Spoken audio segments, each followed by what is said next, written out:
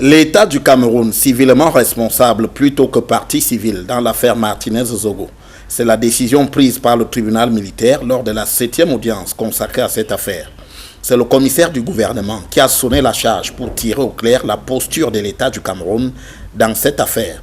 Alors que le tribunal militaire venait de se prononcer en décidant de poursuivre les débats dans ce procès, au lieu de les suspendre comme le souhaitaient d'aucuns, en attendant que la Cour suprême vide sa saisine dans le cadre de la cassation, au sujet de la multiplication du dossier de procédure, le commissaire du gouvernement s'est lancé dans un réquisitoire sans phare.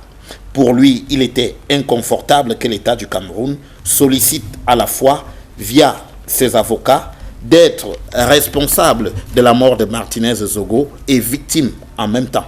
Fort de son glaive de protecteur de la société, le commissaire du gouvernement a proposé que l'État du Cameroun ne soit considéré que comme civilement responsable de la mort de Martinez-Zogo.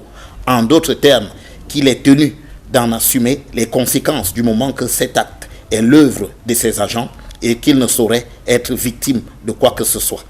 Les victimes dans cette affaire étant les ayants droit de Martinez-Zogo. Une posture aussitôt agréée par le président de la collégialité.